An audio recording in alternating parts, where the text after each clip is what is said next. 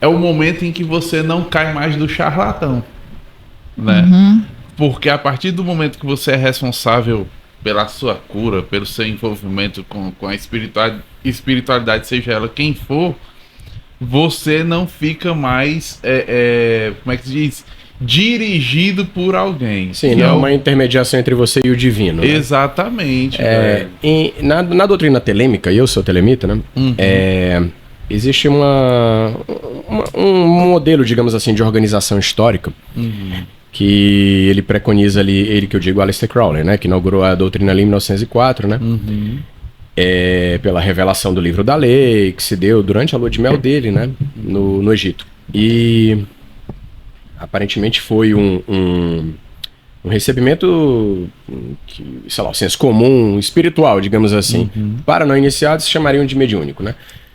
Mas a natureza do fenômeno é bastante debatido até hoje, né? Mas dentro dessa doutrina e essa organização histórica que eu falava antes, ele preconizava a divisão da jornada do homem sobre a Terra em 3 eras, né? Onde a primeira era seria a era de Ísis, né? Que seria aquele período da história onde houve um matriarcado, né? Ele era a classe dominante, né? Sacerdotal, do ponto de vista sacerdotal também, né?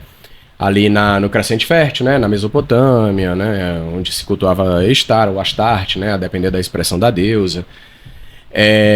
Mais adiante, começa a Era de Osíris, né? Que é do deus moribundo, né? O deus que morre e renasce, né? E a gente tem... Isso é um arquétipo, de certa maneira, né? Então, expressões conhecidas, né? No Ocidente, não, e também no Oriente, né? Seriam, por exemplo, Jesus... Maomé também, Buda e por aí vai, né? Ou o próprio Osíris, inclusive, né? E era um deus verde justamente porque a vegetação, né? Ela morre e renasce a partir dos ciclos das cheias e vazantes do Nilo, né? E se você pegar o hemisfério norte inteiro também, inverno, primavera, verão e aquele ciclo infindo, né?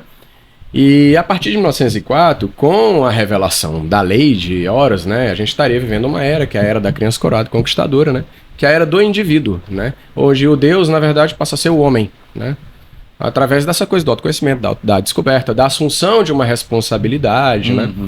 É claro que toda essa história telêmica, ela só faz sentido quando a gente fala em Ocidente, né, afinal de contas, Crowley, ele é o profeta da lei, ele é. No entanto, isso tudo perde um pouco de sentido quando a gente analisa, por exemplo, a história da África, né? Onde o desenvolvimento das espiritualidades, e são muitas ali, né? Centenas e milhares de línguas, de etnias e etc, né? Provocaria um entendimento que, à luz da ciência, seria talvez melhor compreendido, né? Haja vista que, por exemplo, quando a espiritualidade africana chega no Brasil, ela já passa por diversos filtros, entre eles o violentíssimo filtro da escravidão, né? E se você considerar que, por exemplo, a espiritualidade banto é de uma maneira e a iorubá é outra, né? A quimbanda, por exemplo, é uma coisa muito mais de matriz banto, a umbanda é uma coisa muito mais, né? Quer dizer, o candomblé é uma coisa muito mais de matriz iorubá, né? Então isso se torna ainda mais... Tem nuances aí, né, que precisam ser melhor compreendidas. Mas eu estava falando tudo isso só porque você falou em assunção da responsabilidade, né? E hoje, de fato, eu acredito que a gente vive a urgência dessa era, né? Onde as pessoas talvez precisem deixar de delegar a sua prosperidade espiritual. Não estou falando de prosperidade em termos de grana, não. E também, né? Mas, de um modo geral, você crescer como indivíduo, né?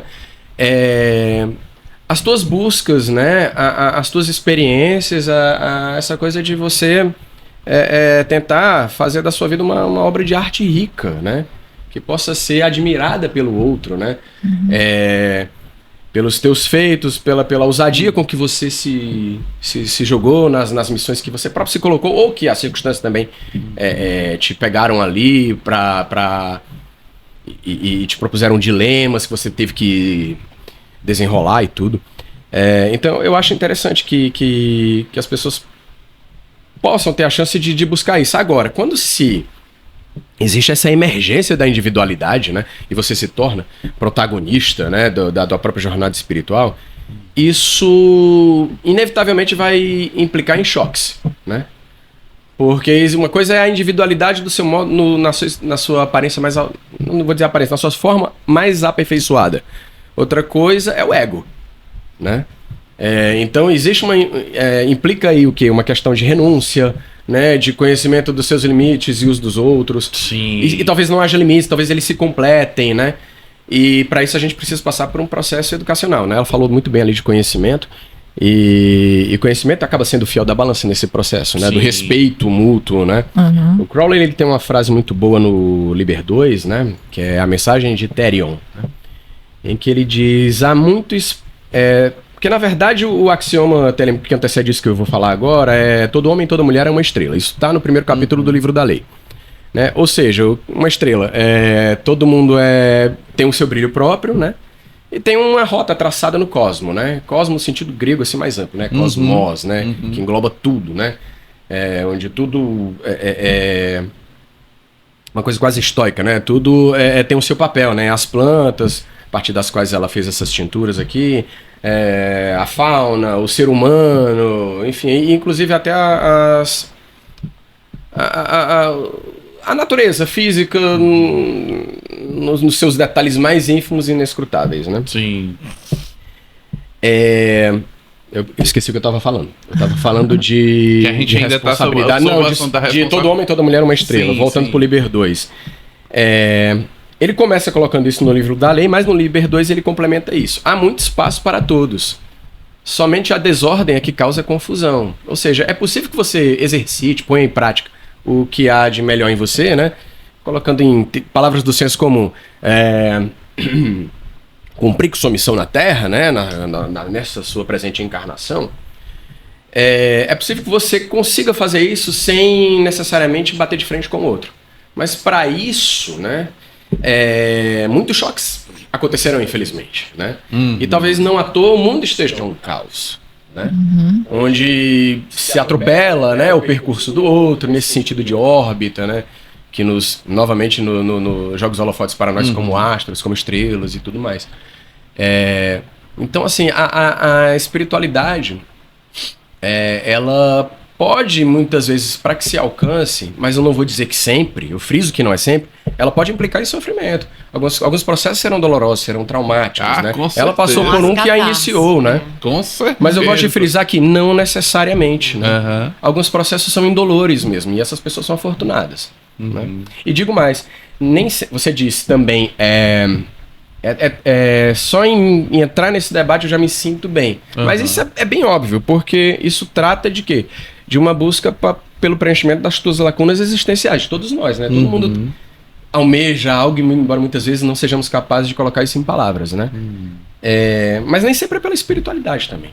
Às vezes é pela descoberta de uma vocação, talvez artística, talvez até bélica, né? É preciso amoralizar essas questões, né? No fim das contas, é aquilo que também ela falou, né? Conhecer... Mas tudo tem espiritualidade. Conhecer a si mesmo. Não, ela perpassa a tudo. Como ele falou, o ego aí é que cria todas essas ilusões. Como eu falei, a onda vai para a praia, toma consciência, aí nasce o ego. A partir daí o ego começa as competições, começa as maldades, começa os medos, começa a ruindade um com o outro, com a sociedade. Por isso que o mundo é um mundo desde que a gente sabe que ele existe, que ele é assim. Perverso com pessoas boas, perverso com pessoas boas, tem um lado bom, tem um lado ruim. Não é isso. É porque a gente está mergulhado e esquece que a gente é centelha divina. Eu vou ser boa para aquela pessoa? Não vou ser boa para aquela pessoa, não sou nem otário, não é isso? Pode crer. Ser bonzinho não é legal. Eu vou ser otário, perdoar? Não, orgulho. Tudo é coisa do ego. Então o ego tem que estar a serviço do self, que é onde está a centelha divina, que é onde ele vai te dar as possibilidades, as infinitas possibilidades de você crescer cooperando. Né? Particularmente, eu não acredito que o ego possa, ou mesmo, quem sabe, deva ser...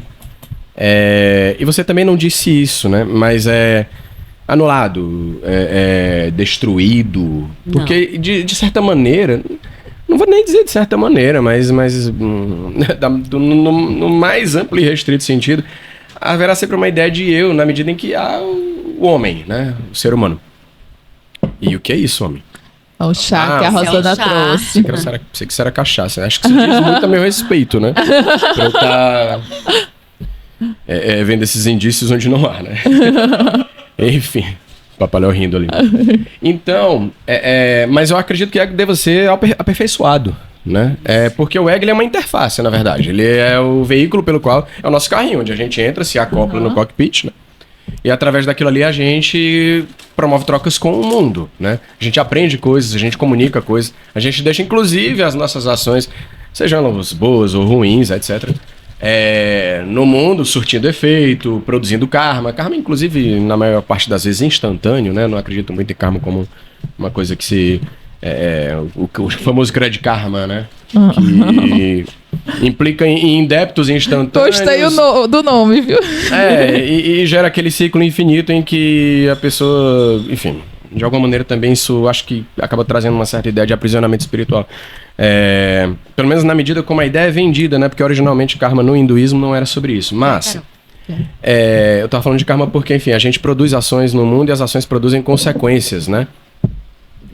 Então, assim, é interessante que nessas ações a gente possa, elas possam estar impregnadas do que há de melhor em nós, né?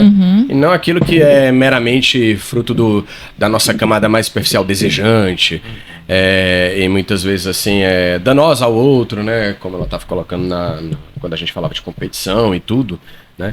Muito embora haja correntes espirituais, né? E eu tô numa delas, né? Como eu disse, eu sou telemita, em que lá na frente, em determinado momento da escalada iniciática, né? Existe essa coisa do abandono do ego, né? É um conceito um pouco... Obrigado, querido. Não sei o que é, mas agradeço.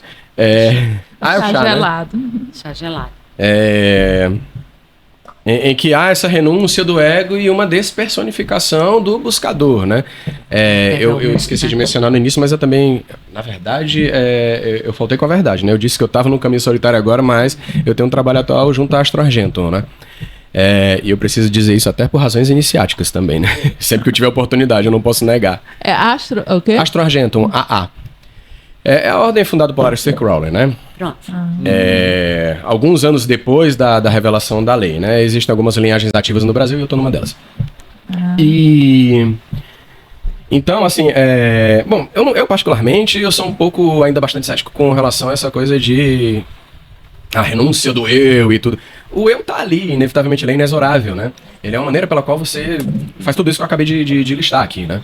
E é interessante, enfim, que a gente busque fazê-lo da forma mais construtiva possível, né? Eu acho que às vezes a competição, quando ela leva você à cegueira, a você não ter limites, colocar o fim, aquele objetivo pessoal, na frente de qualquer coisa, né? Então você passa por cima de alguém, você usa meios errados para chegar. Eu falo naquela competição que é nociva. Já